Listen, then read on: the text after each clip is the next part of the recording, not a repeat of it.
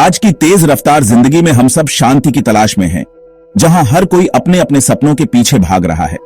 भाग दौड़, तनाव और प्रतिस्पर्धा के इस माहौल में मन अक्सर बेचैन और उलझा हुआ महसूस करता है। हम सोचते हैं कि शायद अगली बड़ी उपलब्धि, नया घर या कोई और सफलता हमें सच्ची खुशी देगी, लेकिन असली खुशी हमारे भीतर छिपी है। बाहर की दुनिया में जितना भी खोजें, असली संतोष और शांति का अनुभव तभी होता है जब हम अपने मन की गहराइयों में झांकते हैं।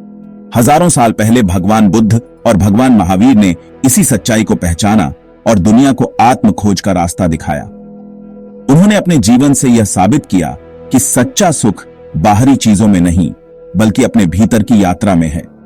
दोनों राजकुमार थे जिनके पास सब कुछ था, धन, वैभव और हर तरह की सुविधा। फिर भी उन्होंने महसूस किया कि बाहरी सुख अस्थायी है और असली संतोष कहीं और है।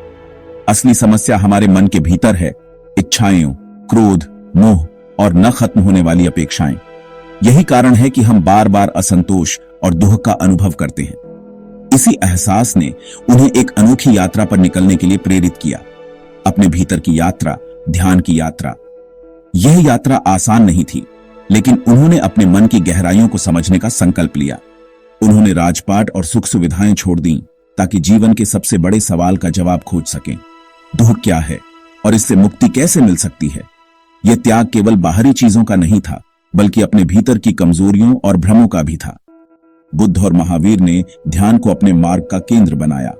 उन्होंने दिखाया कि ध्यान के माध्यम से हम अपने मन को शांत कर सकते हैं और जीवन के गहरे रहस्यों को समझ सकते हैं। ध्यान केवल आंखें बंद करना नहीं, बल्कि अपने मन को समझने और साधने की कला है।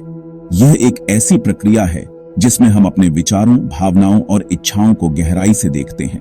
उनका संदेश था, असली बदलाव भीतर से शुरू होता है। जब हम अपने मन को बदलते हैं तो हमारी पूरी दुनिया बदल जाती है। जब तक हम अपने अंदर शांति नहीं पाएंगे, बाहरी दुनिया में भी शांति नहीं मिलेगी। हमारे विचार और भावनाएं ही हमारे अनुभवों को आकार देती हैं।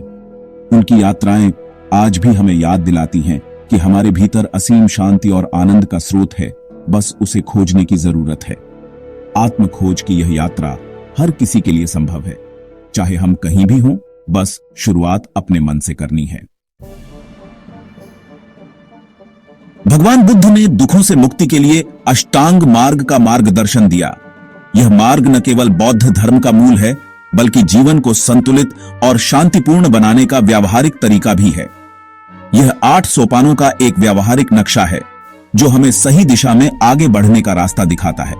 इसके 8 अंग हैं। सम्यक दृष्टि, जो हमें जीवन को सही नजरिए से देखने की प्रेरणा देता है। सम्यक संकल्प, वाणी, कर्म, आजीविका, प्रयास, स्मृति, ये सभी हमारे विचार, शब्द और कर्मों को शुद्ध और सकारात्मक बनाते हैं।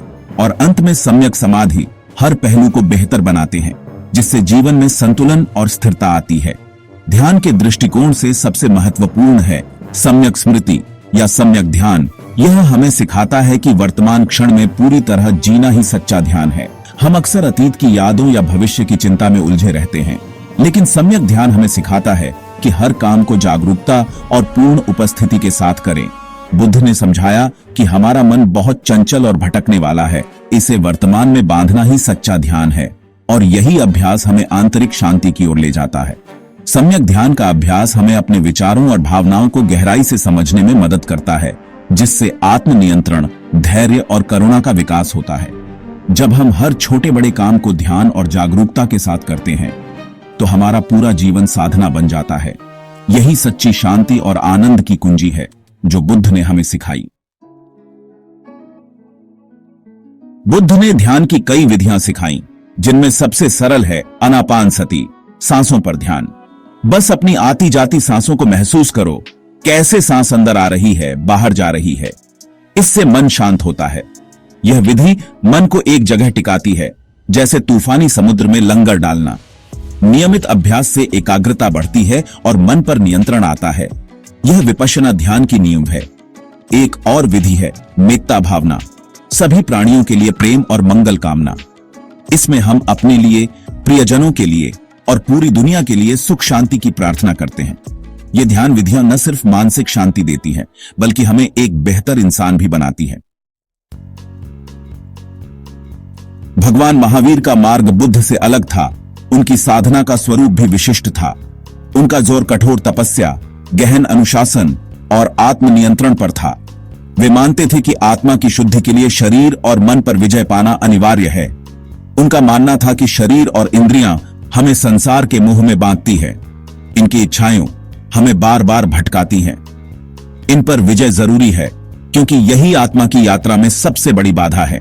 उन्होंने कायोत्सर्ग मुद्रा में घंटों घंटों तक बिना हिले डुले तप किया, अपने शरीर को स्थिर और मन को शांत रखा, शरीर के प्रति ममत्व का त्याग किया, भौतिक सुख सुविधाओं से दूर रहकर आत्मा की खोज में लगे रहे।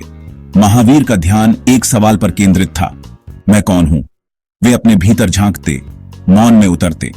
वे हर विचार, भावना और संवेदना को देखते और पूछते, क्या मैं यह हूं? क्या मेरी पहचान इनसे परे है? इस आत्म अन्वेषण से वे झूठी पहचानों से मुक्त होते गए, अपने भीतर की सच्चाई को पहचानने लगे और शुद्ध आत्मा के बोध तक पहुंचे, जहां न कोई भ्रम, न कोई बंधन। महावीर का मार्ग इच्छाओं को जड़ से खत्म करने का था। उन्होंने सिखाया कि जब तक इच्छाएं हैं, तब तक शांति नहीं। जब आत्मा का बोध हो जाए तो जीवन में एक नई शांति और संतुलन आ जाता है। तब इच्छाएं निरर्थक हो जाती हैं और मन पूरी तरह स्वतंत्र हो जाता है। उनका मार्ग एक योद्धा का मार्ग था, जहां हर दिन आत्मा के लिए संघर्ष और विजय थी। कठोर तप, गहरे आत्मविचार और निरंतर साधना का संगम ही महावीर के जीवन का सार था। हर साधक को अपने भीतर की बाधाओं, मारा का सामना करना पड़ता है। मारा हमारे मन के लालच, भय, वासना और अहंकार का प्रतीक है। बुद्ध ने बोधि वृक्ष के नीचे मारा के प्रलोभनों और डर का सामना किया, लेकिन उन्होंने युद्ध नहीं किया, बस जागरूकता और शांति बनाए रखी। उन्होंने मारा के हर रूप को बिना प्रतिक्रिया के देखा और अंततः मारा हार गया।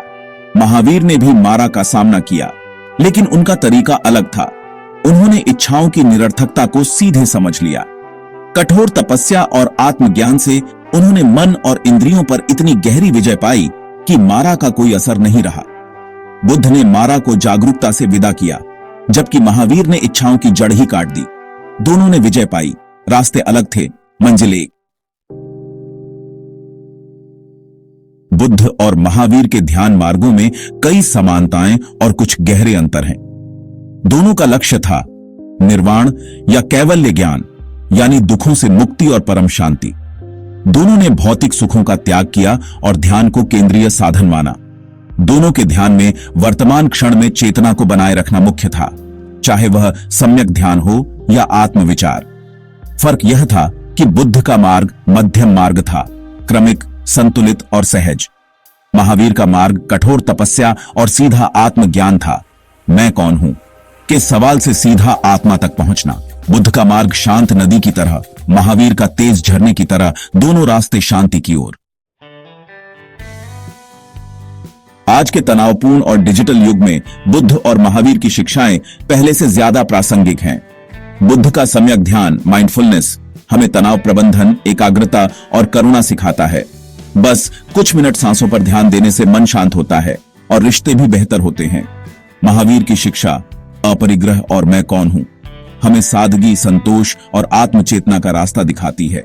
बाहरी उपलब्धियों के बजाय आंतरिक स्वतंत्रता और संतुलन पर जोर देती है।